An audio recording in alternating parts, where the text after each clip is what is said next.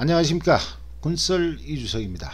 오늘은 지난번에 약속드린 대로 해병대와 12.6 제2탄을 방송하겠습니다. 해병대와 5.16이 아니라 해병대와 12.6 제2탄입니다.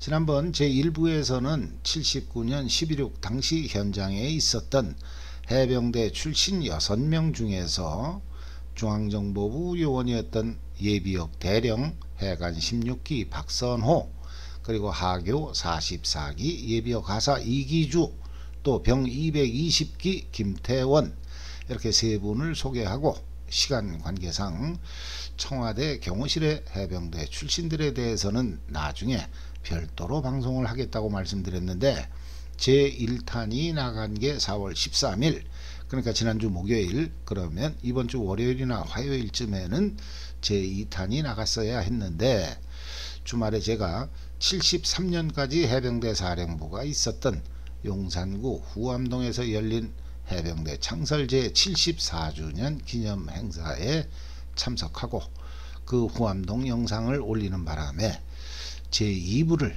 오늘에서야 올리게 됐습니다. 늦어서 죄송합니다. 그럼 해병대와 12.6, 지난번 제1부에서 못다 한 얘기, 그러니까 해병대 출신으로서 청와대 경호실 요원이었던 정인형 경호처장, 안재송 부처장, 그리고 박상범 경호계장, 이렇게 세 분의 사연을 오늘 소개하겠습니다. 그 전에 잠깐, 지난번 방송에서, 그러니까 여러분이 당시 해병대 출신 중앙정보부의 박선호, 이기주, 김태원이었다면 여러분은 그때 어떻게 하셨겠습니까? 라는 질문에 많은 분들이 댓글을 달아주셨는데, 그 중에는 김재규의 명령을 따르지 않겠다, 그건 조폭들의 의리, 깡패정신, 또 김재규를 죽이겠다, 이런 내용들까지 해병대 출신 3명의 행동을 아주 부정적으로 보는 분들이 일부 계셨습니다. 하지만 총에 맞은 경호실 요원들에 대해서만큼은 부정적인 댓글이 하나도 없었습니다. 총을 쏜 사람들에 대해서는 다른 의견이 있었습니다만, 총을 맞은 사람들에 대해서만큼은 그들은 제 할 일을 했다, 이런 뜻이었습니다. 총을 맞고 화장실에 숨었던 차지철 경호실장에 대해서는 그를 동정하는 댓글이 없었습니다. 세상 사람들은 그날 차지철의 행동을 부정적으로 본다는 뜻이겠죠. 아무튼 저와 다른 의견을 가졌음에도 불구하고 솔직히 의견을 달아주신 분들께 감사드립니다. 자, 그럼 본론을 시작하겠습니다. 지금 이 사진은 12.6 당시 궁정동 안가에서 벌어졌던 상황에 대한 현장 검증 모습이라고 합니다. 권총을 들고 있는 분이 중앙정보부 박선호 의전과장, 실제 인물이죠. 그리고 사진 왼쪽에 앉아 있는 분이 청와대 경호실 정인형 경호처장의 대역, 오른쪽은 안재송 부처장의 대역이라고 합니다. 그러면 그날 저녁 만찬장에서 김재규가 차지철에게 차지철 이 새끼 너 건방져, 이러면서 첫 발을 쐈다는 총소리, 그걸 신호로 해서 지금 배경화면에 대기실, 여기서 박선호가 2명의 경호원들에게 총을 쏘는 그 모습이 되겠습니다. 그럼 당시 궁정동 안가에 있었던 사람들을 다시 한번 정리해 보겠습니다. 그날 만찬장에는 박정희 대통령, 김계원 비서실장, 차지철 경호실장, 김재규 중앙정보부장, 그리고 심수봉을 비롯한 2명의 여인, 이렇게 6명이 있었고, 이 사진에서처럼 대기실에는 박선호, 정인형, 안재송, 이렇게 3명의 해병대 출신들이, 비록 중앙정보부와 청와대 경호실이라는 소속은 달랐지만 어차피 해병대 장교 동기생 또는 선후배로서 아주 친한 사이, 아무튼 이들 3명이 있었고, 또 다른 곳에 중앙정보부 소속의 박흥주, 이기주, 유성옥, 이렇게 3명이 대기하고 있었습니다.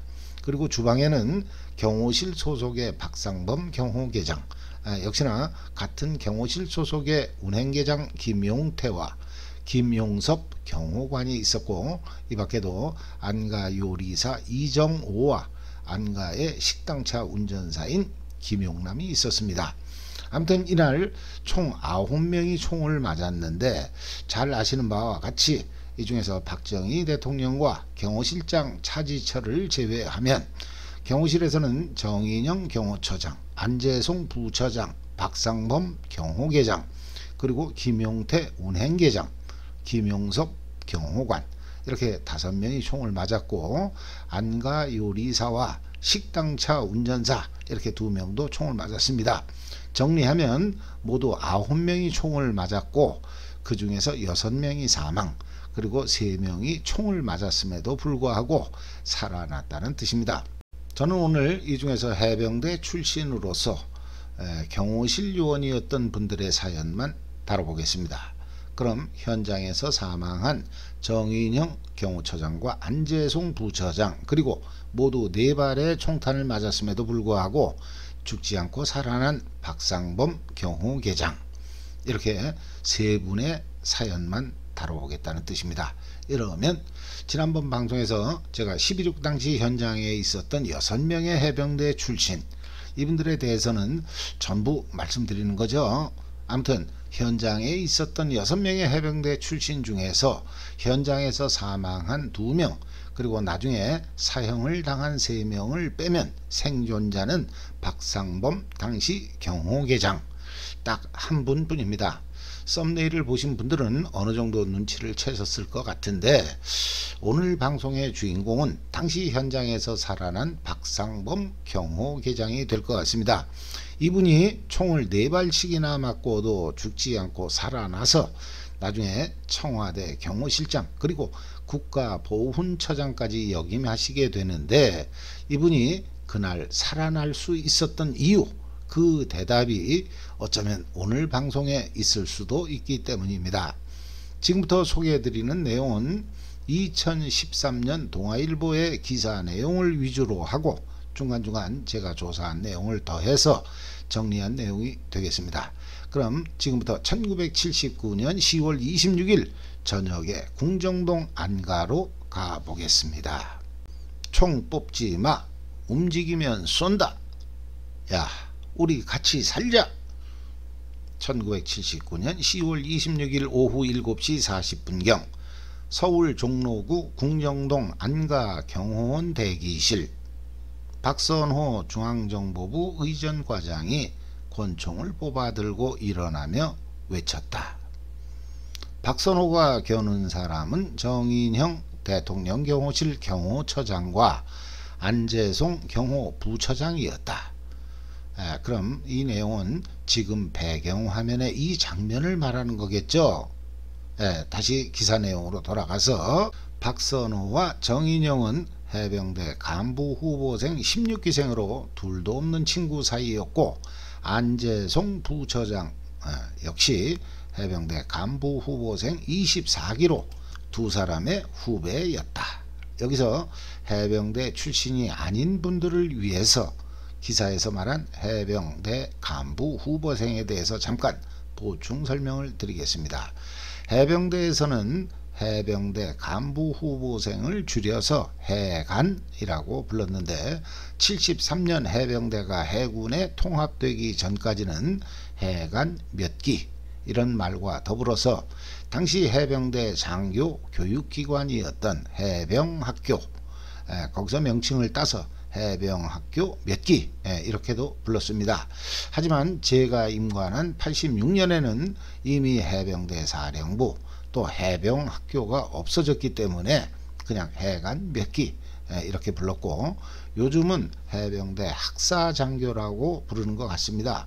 또한 해간 출신 해병대 예비역 장교들의 모임은 해병대 사관 총동문회 이렇게 부르고 있는데, 여기서 사관이라는 명칭을 쓴 것에 대해 일부에서는 그냥 해병대 학사장교 총동문회 이러면 될 거 아니냐 그런 얘기가 있었는데, 해병대 해관 출신이라고 해서 전부가 대졸자, 즉 학사 출신은 아니기 때문에 모임의 명칭에 학사장교라는 말 대신 사관이라는 명칭을 넣게 되었다고 합니다. 과거 70년대까지만 해도 고등학교 출신이 장교가 될 수 있는 건 육군도 마찬가지였죠. 아무튼 저는 86년에 임관한 해관 71기 여기서 뭔가 좀 이상한 게 느껴지지 않습니까? 86년이면 해병대가 창설되고 37년 그러면 매년 한 개 기수가 임관했을 때 저는 37기 뭐 그 정도 돼야 정상이겠죠. 저희와 같은 해에 임관한 해군사관학교 출신들이 해사 40기 그러면 해군사관학교는 말이 되죠. 근데 해관은 71기. 이 얘기는 6.25 월남전 등 특별한 시기에는 1년에도 여러 개 기수를 뽑았다.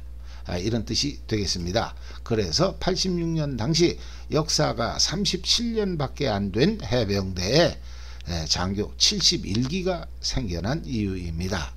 제가 이 말씀을 드리는 이유는 지난번에도 말씀드렸듯이 지금 배경 화면에서 총을 쏜 박선호 의전과장과 총을 맞은 정인영 경호처장 이 두 분이 해관 16기 그리고 오른쪽에서 총을 맞은 안재송 부처장은 해관 24기 이걸 설명드리기 위해서입니다. 기사에서 보면 당시 경호처장 정인형은 48세 그리고 안재송 부처장은 43세 이렇게 5살 차이로 나오는데 기수는 16기와 24기 무려 8개 기수나 차이가 나기 때문입니다. 해관 16기는 1954년에 임관했고 해관 24기는 57년에 임관했습니다. 24기면 코미디언 이기동 선생이 해관 23기 지난번에 제가 방송한 적이 있죠. 그 다음 기수죠. 이분들은 전부 4년제 대졸자 출신으로 알고 있습니다. 그럼 이렇게 16기하고 24기 횟수로 따지면 54년하고 57년 3년 차이죠. 하지만 해병대 장교 기수로는 8개 기수가 차이난다. 또 임관연도로 보면 3년 차이지만 나이는 5살이나 차이난다. 이건 정인영 경호처장이 다른 사람들보다 늦은 나이에 임관을 했다는 뜻이 되겠습니다. 동기생인 중앙정보부 박선호 의전과장이 당시 45세 동기생이지만 정인영 경호처장이 3살이 많았다는 뜻이고 안재송 부처장은 8기 후임이지만 나이로는 2살밖에 차이 나지 않았다. 뭐 그런 뜻입니다. 그럼 다시 본론으로 돌아가서 대기실에 있던 정인영과 안재송이 김재규가 쏜 총소리를 듣고 일어나려고 하자 박선호 의전과장이 권총을 뽑아들고 일어나면서 외쳤다. 총 뽑지 마. 움직이면 쏜다. 야, 우리 같이 살자. 속사권총의 대가로 꼽히던 안재송이 정인영의 눈을 잠시 바라보곤 총을 꺼내려고 상체를 돌리는 순간 박선호는 방아쇠를 당겼다. 탁자에 엎어지듯 쓰러지는 안재송을 보고 정인영이 총을 꺼내 박선호를 향해 일어나 다가가려는 순간 박선호는 뒷걸음질을 치며 총을 발사했다. 비슷한 시각 안가의 주방에서는 경호관 김용석과 경호실 특수차량계장 김용태가 중앙정보부 직원들의 총에 맞아 절병했다. 11.6 당일 대통령 경호실은 차지철 경호실장과 이 4명의 경호관 등 모두 5명을 현장에서 잃었다. 이듬해 5월 박정희 대통령을 시해한 김재규 중앙정보부장을 비롯해 김 부장의 명령을 받은 박선호 및 박흥주, 이기주, 김태원 4명은 모두 현장에서 숨을 거두었다. 이들의 이름은 훗날 민주화 과정을 거치면서 재조명되기도 했고 박 과장은 참군인이라는 칭호를 얻기도 했다. 그러나 안가 바닥에서 쓰러져간 이 4명의 경호관을 기억하는 사람은 그리 많지 않다. 1954년 임관한 정인영은 16기 졸업 앨범에 좌우명으로 호전애혈이라고 썼다. 글자 그대로 풀면 전투를 좋아하고 피를 사랑한다는 뜻이니 싸우는데 물러서지 않으며 피 흘리는 것을 두려워하지 않는다는 말로 새기면 될 듯하다.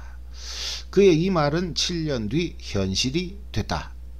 1961년 5월 16일 새벽 정인용은 해병대 제1여단 5중대장으로 서울시경을 점령하라는 명령을 받고 서울로 향했다.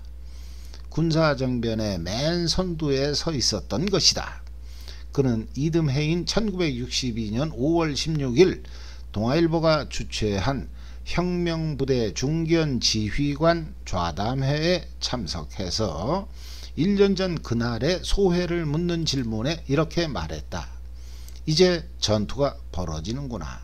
어떤 일이 있어도 목숨을 걸고 싸워야 한다. 이미 죽음을 각오한 이상 아무것도 두려워해서는 안 된다고 생각했다. 5.16 당일 오전 4시 15분 그는 자신의 부대가 맡은 시경 점령을 완수했다. 그리고 그는 박정희 국가재건 최고회의 의장의 경호관으로 발탁됐다.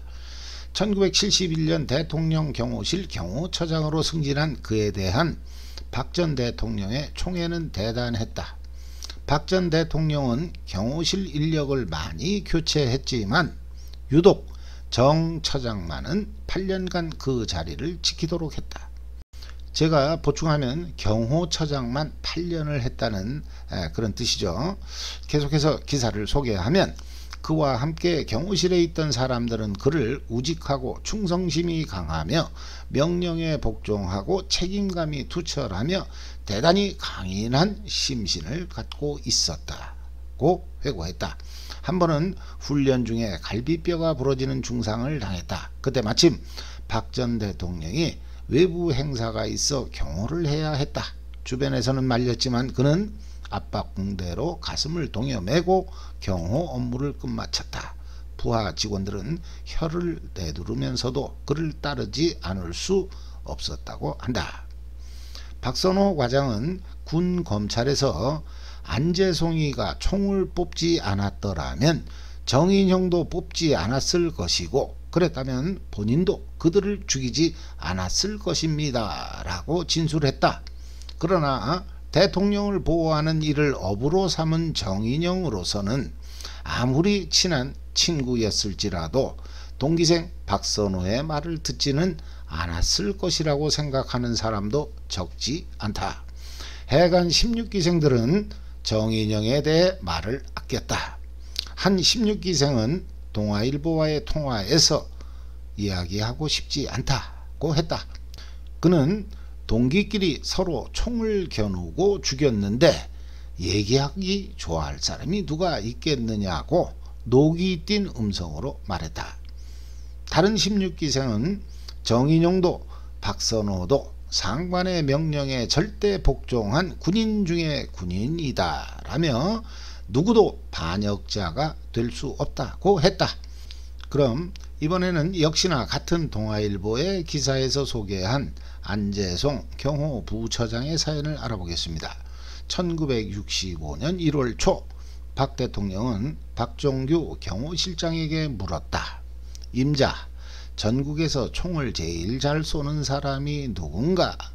이에 박 실장은 해병장교 안재송이 제일입니다 라고 답했다.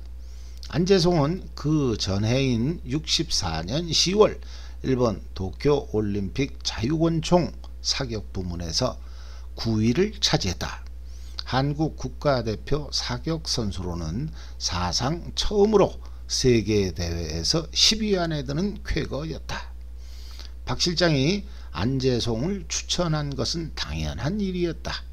박 전 대통령은 그를 청와대로 불러 독일제 골더 459경 사격용 권총을 하사했다. 그 권총은 그 전해 9월 독일을 방문했던 박 전 대통령이 당시 하이니 리프케 대통령에게서 선물 받은 것이었다. 이 일을 계기로 그는 대통령 경호실 사격 교관 요원으로 발탁됐다. 물론 국가대표도 겸하는 직이었다. 1960년대 안 부처장과 함께 사격 국가대표를 했던 고민준 씨는 안 부처장을 훌륭한 분으로 기억한다. 당시 아시아 경기 사격 종목 중에는 389경 실탄 사격 종목이 있었다. 그런데 국내에서는 도통 실탄을 구할 수가 없었다. 발을 동동 구르고 있으면 안 부처장이 미 8군에서 조금씩 얻어다 모은 실탄 100발을 가져다 줬다. 그 중에서 30발로 연습을 하고 나머지 70발은 대회에서 썼다. 1988년, 1992년 올림픽 사격 국가대표 감독을 지낸 배병기 씨도 안 부처장과 비슷한 시기에 국가대표를 지냈다. 배 전 감독은 안 부처장이 미남의 영어도 잘하고 매너도 깔끔해서 교관을 하다가 수행경호관으로 발탁됐다며 그가 숨졌을 때 경호실은 말할 수 없을 정도로 침통했다. 고 기억했다. 안 부처장은 가슴에 찬 총을 꺼내 25m 앞에 바카스병을 맞히는데 0.7초밖에 걸리지 않았던 특등사수였다. 김은용 전 국제올림픽위원회 위원은 안 부처장의 죽음을 두고 그렇게 빠른 명사수가 총도 뽑지 못하고 숨졌다며 애석해 했다고 한다. 기사의 내용을 제가 좀 요약해서 말씀드리면 정인영, 안재송 이렇게 해병대 출신 2명을 포함해서 김용태, 김용섭 모두 4명의 경호실 요원들이 나중에 국립묘지에 안장되지 못했다고 합니다. 대통령을 지키지 못했다는 것이 표면적인 이유였다고 합니다. 정인영의 유족은 당연히 국립묘지에 묻히는 줄 알고 준비를 하고 있었는데 발인 이틀 전에야 불가함을 통보받고는 황망히 충남 연기군의 선산에 묘를 마련해야 했다고 합니다. 이후 전두환 정권 때까지 이들의 명예 회복을 주장하는 목소리가 없었는데 5공화국 실세들은 유신 정권과의 차별화에 역점을 뒀기 때문에 박 전 대통령을 경호했던 이들의 주변 또한 입을 다물고 있을 수밖에 없었던 것으로 보인다. 그런 말을 합니다. 자식이 없었던 안 부처장은 화장돼서 납골당에 모셔졌고 김용섭, 김용태 경호관은 공원묘지에 묻혔다고 합니다. 그럼 이번에는 12.6 당시 해병대 출신 4발의 총을 맞고도 기적적으로 살아난 박상범 경호계장의 사연을 소개하겠습니다. 지금 배경화면으로 보시는 이 사진은 1974년 유경수 여사께서 문세광이 쏜 총탄에 쓰러질 때 그때의 모습인데 단상 앞에서 청중 쪽을 향해 권총을 뽑아들고 있는 모습입니다. 오른쪽 뒤로 총을 맞은 유경수 여사의 모습이 보이시죠? 이 사진과 관련해서 아주 많은 사람들이 권총을 들고 있는 사람이 박종규 경호실장이다 이렇게 착각을 하고 있는데 당시 박종규 경호실장 일명 피스톨 박은 권총을 바닥에 떨어뜨린 상태였다고 합니다. 당시 연단 뒤에 엄폐했던 박정희 대통령은 바로 앞에 있던 박상범 경호관에게 박군 우리 내자는 어떻게 됐나 라고 유교사의 안부를 물어봤는데 박상범 경호관이 유교사의 상태를 알아보기 위해 고개를 돌리는 장면 그리고 박종규 경호실장이 떨어뜨린 권총이 카메라에 잡힌 그런 사진도 있습니다. 아무튼 그 이후에도 박상범은 대통령의 신임을 받으면서 최근접 경호를 계속 담당했는데 박 대통령은 항시 박상범 경호관을 박군이라고 불렀다고 합니다. 또 박 대통령이 과음을 해서 몸을 제대로 가눌 수 없으면 박상범이 대통령을 업어서 모셨고 이때마다 박 대통령은 요놈아 요놈아 하면서 박상범에게 꿀밤을 먹였다는 그런 일화가 있습니다. 이분은 해관 33기 64년에 임관하신 분이 되겠습니다. 앞서 소개한 해관 16기 정인형 그리고 24기 안재송에 비하면 이분은 기수나 나이로 봐도 한참 후배라는 것을 알 수가 있습니다. 이분은 성남고등학교와 고려대 법대를 졸업하고 해병대에서 5년을 복무했는데 현역 시절인 67년에는 월남전에 참전해서 청룡 5대대 106mm 무반동총 소대장을 했다고 합니다. 전역 후에 대통령 경호실의 민간 공채 1기로 경호관 생활을 시작했다고 합니다. 원래 현역 시절 그러니까 월남에서 귀국해서 진해에서 경비중대장을 하던 시절 박정희 대통령이 휴가차 진해로 내려오면서 당시 박상범 경비중대장이 외곽 경비를 하다가 당시 박종규 경호실장에게 브리핑을 한 적이 있는데 이때 경호실장의 눈에 띄어서 발탁되었다는 그런 일화도 있습니다. 박종규 경호실장이 박상범에게 경호실로 들어오라고 할 때는 이미 박상범이 해병대를 전역한 이후, 그런데도 그를 찾아내서 연락한 것을 보면 박종규 경호실장이 어지간히도 그에게 눈독을 들였다, 뭐 이런 얘기들도 있습니다. 박정희 대통령이 진해로 휴양을 왔다면 진해 앞바다 저도를 오신 거겠죠. 예전 제가 초창기에 올린 영상 중에 이 저도에서 있었던 해병대의 사연, 그리고 진해에서의 대통령 경호 작전과 관련된 재밌는 사연들이 몇 편 있습니다. 최근에서야 이 유튜브 방송을 알게 되신 분들은 제가 올린 과거 영상을 한번 찾아보시면 진해 그리고 저도의 모습을 보실 수 있을 겁니다. 그럼 11.6 당시 궁정동 안가에서 있었던 당시 박상범 경호계장의 모습을 보겠습니다.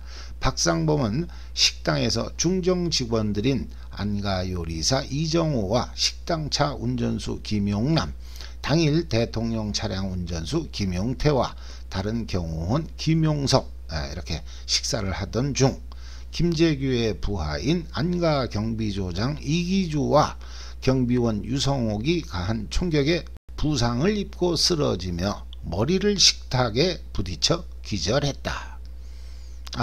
박상범에게 총격을 가한 해병대 예비역 하사 이기주, 이분은 1966년에 임관한 하교 44기니까 64년부터 69년까지 해병대에서 장교 생활을 하신 박상범 당시 경호계장과는 실무에서 최소한 3년 정도는 해병대 장교와 하사관으로 같이 근무했을 가능성도 조금은 있어 보입니다. 해병대 복무기간이 그만큼 겹친다는 뜻이죠. 아무튼 궁정동 안가식당에서 총을 맞았던 당시의 상황과 관련해서 이분께서 언론에 말씀하신 내용이 있는데 그걸 소개하면, 당시 모두 4발의 총탄을 맞았는데 총을 뽑으면서 벌떡 일어난 상태에서 한 발은 오른쪽 척추 옆을 관통하고 다른 한 발은 벨트에 찬 실탄에 맞아서 튕겨나가고 나머지 2발은 상의 좌우를 아슬아슬하게 뚫고 나갔다고 합니다. 이와 관련해서 훗날 사람들은 그야말로 천운이 따랐다고 할 수밖에 없다. 총상을 입었는데도 자연적으로 지혈이 되면서 과다 출혈도 일어나지 않았다. 같은 경호실 소속의 김용태와 김용섭은 그 자리에서 죽거나 확인 사살 때 죽었으나 그는 바로 기절해서 죽은 것처럼 보인 데다가 그의 옆에는 이기주와 유성옥의 무차별 사격으로 부상을 입은 중앙정보부 직원 이정호와 김용남이 있어서 나중에 궁정동 안가경비원 김태원이 확인 사살을 주저해서 그래서 살 수 있었다. 이렇게 얘기를 하고 있는데 여기서부터가 오늘의 결론입니다. 방금 말씀드린 내용을 당시 주변 상황과 함께 다시 한번 자세히 설명드리면, 김재규가 쏜 총소리를 개시 신호로 해서 대기실에서는 박선호가 정인영과 안재송에게 총격을 가했고 박흥주, 이기주, 유성옥 일행은 주방으로 달려가서 경호실 운행계장, 그러니까 대통령 승용차를 운전하던 김용태 그리고 경호관 김용섭을 현장에서 사살했고, 이 과정에서 중앙정보부 소속인 궁정동 안가의 요리사와 운전기사가 부상을 입었습니다. 방금 전 말씀드린 이기주와 유성옥의 무차별 사격, 그 내용입니다. 아울러 이 난리 중에 같이 주방에 있었던 경호계장 박상범은 4발을 맞았는데 쓰러지면서 주방 조리대에 머리를 세게 부딪혀서 완전히 의식불명이 되었고 그는 죽은 것으로 오인되었다. 또한 나중에 중앙정보부 김태원이 확인 사살을 할 때 기절해서 죽은 것처럼 쓰러져 있던 박상범 옆에는 확인 사살을 하려던 김태원과 같은 중앙정보부 소속의 궁정동 안가 운전기사 김용남이 총상을 입고 쪼그려 앉아 있었기 때문에 혹시나 잘못 맞을까봐 박상범에게는 확인 사살을 하지 않았다. 이런 내용이 되겠습니다.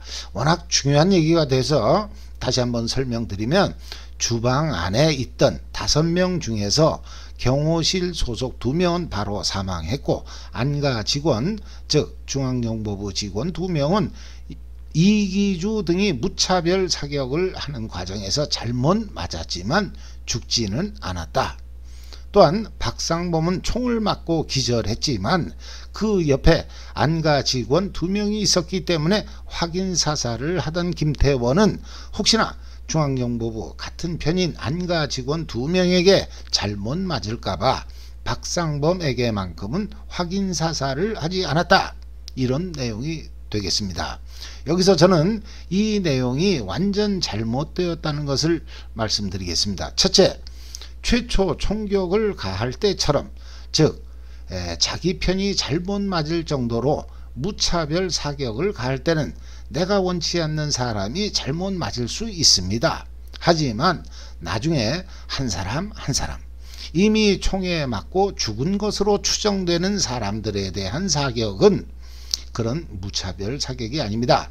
그 동작은 여러분이나 저나 충분히 예상할 수 있는 그런 모습, 처참해서 굳이 제 입으로 설명을 드리지는 않겠습니다. 아무튼 옆에 부상당한 자기 편이 쪼그려 앉아 있다고 해서 바닥에 쓰러진 죽은 것으로 추정되는 사람에게 확인 사살을 안 했다는 것은 제가 보기엔 설득력이 좀 부족해 보입니다. 이와 관련해서 아주 결정적인 제보, 지난번 방송에서 제가 11.6 당시 궁정동 현장에는 해병대 출신 제3의 인물이 있었다, 이런 말씀을 드렸는데 이건 분명한 사실로 확인됩니다. 당시 궁정동에 있었던 이 해병대 출신 제3의 인물은 기존에 언론에 알려진 얘기가 완전 허구였음을 주장하고 계십니다. 당시 총격을 가하고 또 나중에 확인 사살을 한 해병대 병 220기 김태원이 사용한 M16 소총은 이 제3의 인물이 휴대하고 있던 총이었다고 합니다. 실탄은 총 17발을 항시 탄창에 삽탄한 상태였는데 이걸 김태원이 가져갔다는 뜻입니다. 그리고 확인 사살. 나중에 김태원이 이 M16 소총의 주인, 그러니까 해병대 출신 제3의 인물에게 털어놨다는 얘기, 그거는 해병대 선배한테만큼은 쏘지 못하겠더라 였다는 겁니다. 나중에 형장에 이슬로 사라졌습니다만 이때 김태원이 했다는 얘기, 해병대 선배한테만큼은 쏘지 못하겠더라, 제 가슴이 멍해지는 걸 느낍니다. 그럼 이쯤에서 여러분께 여쭤보겠습니다. 1차 총격을 하고 죽은 것으로 추정되는 경호실 요원들에게 2차로 확인 사살을 하던 김태원이 유독 박상범 경호계장에 대해서만 확인 사살을 하진 않은 이유와 관련해서 기존 언론에서 얘기하는 박상범 옆에는 김태원과 같은 편인 안가 직원들이 총에 맞아서 쪼그리고 있었기 때문에 혹시나 자기 편이 잘못 맞을까봐 확인 사살을 안 했다는 얘기와 차마 해병대 선배한테만큼은 쏘지 못하겠더라는 얘기, 여러분은 어느 얘기가 그날의 사실에 더 부합한다고 보십니까? 박정희 대통령도 확인 사살을 모면할 수 없었던 상황에서 당시 확인 사살을 하던 김태원이 무슨 무차별 총격, 즉 자기 편이 맞을 정도로 그렇게 무차별 사격을 하는 것도 아니고 일일이 하나하나 그렇게 천천히 하는 행동에서 자기 편이 맞을까봐 유독 한 사람만 뺐다? 저는 차마 해병대 선배한테만큼은 쏘지 못하겠더라, 이 말이 더 사실에 부합된다고 생각합니다. 같은 해병대 출신, 그 중에서도 해병대 장교 동기생인 정인영, 그리고 후배인 안재송을 쏜 박선호, 그가 총을 쏘기 전에 정인영 등에게 했다는 말, 총 뽑지 마, 움직이면 쏜다, 야 우리 같이 살자, 이 말은 많이 알려져 있습니다만 방금 소개한 김태원의 얘기는 그동안 전혀 알려지지 않았던 것 같습니다. 아무튼 가슴 아픈 사연입니다. 기존에 충분히 알려진 사연 몇 개를 더 소개하려고 했는데 이쯤에서 방송을 마쳐야 될 것 같습니다. 마지막으로 본인들의 임무를 충실히 수행하다가 순직하신 당시 청와대 경호실 4분의 명복을 빌면서 국립묘지에 안장될 수 없었던 이분들의 뒷얘기를 간단히 짧게 소개하겠습니다. 역시나 2013년 동아일보 기사 내용입니다. 이들은 1988년 노태우 정부가 들어서고 나서야 겨우 양지로 나올 수 있었다. 마치 박근혜 대통령이 50 정부가 끝난 뒤에야 상대적으로 자유롭게 바깥 활동을 할 수 있었던 것과 비슷하다. 당시 보훈처는 소관위원회를 열어 이 4명의 예우를 비로소 순직으로 처리했다. 그때부터 이들의 유족은 순직 군경 배우자 연금을 받을 수 있게 됐다. 참, 이거 그럼 그전에는 안 됐다는 얘기죠. 아무튼 기사를 계속해서, 그러나 지금도 이들의 연고나 유족의 행방을 찾기는 쉽지 않았다. 박 전 대통령 시절 경호실에 근무했던 사람들의 모임인 청호회에서도 이들은 잊혀진 사람들이었다. 현 대통령 경호실에서는 12.6 이후 이들의 묘소에 매년 꽃을 보낸다고 했다. 그것 말고는 별다른 조처는 하지 않고 있었다. 취재 중에 접한 정인영 처장의 해병 동기생은 이렇게 말했다. 그 당시 누가 잘못했겠는가? 잊혀진 4명의 경호관은 유신이라는 시대가 낳은 우리의 이웃의 다름 아닐 뿐이다. 이렇게 많은 분들이 불행하게도 생을 마감하셨습니다만 다행히도 박상범 경호계장만큼은 살아남으셔서 훗날 청와대 경호실장 그리고 국가보훈처장 등으로 국가를 위해 헌신하시면서 해병대 후배들의 귀감이 되어 주시기에 아주 천만 다행이라고 생각합니다. 마지막으로 79년 당시 청와대 경호실 요원으로서 순직하신 분들의 명복을 빌면서 오늘 방송을 마치겠습니다. 감사합니다.